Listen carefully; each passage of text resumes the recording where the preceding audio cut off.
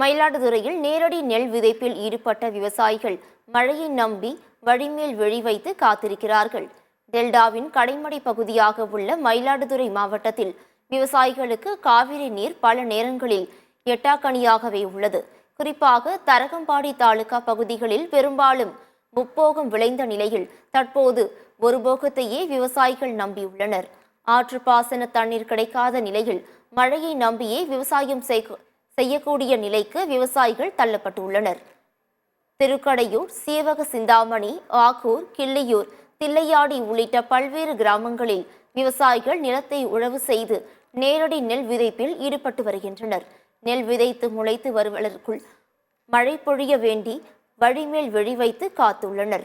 மழை இல்லை என்றால் இந்த ஒரு போகமும் என்ன ஆகுமோ என்ற கவலையில் நெல் விதைப்பை தொடங்கியுள்ளதாக விவசாயிகள் தெரிவித்துள்ளனர்.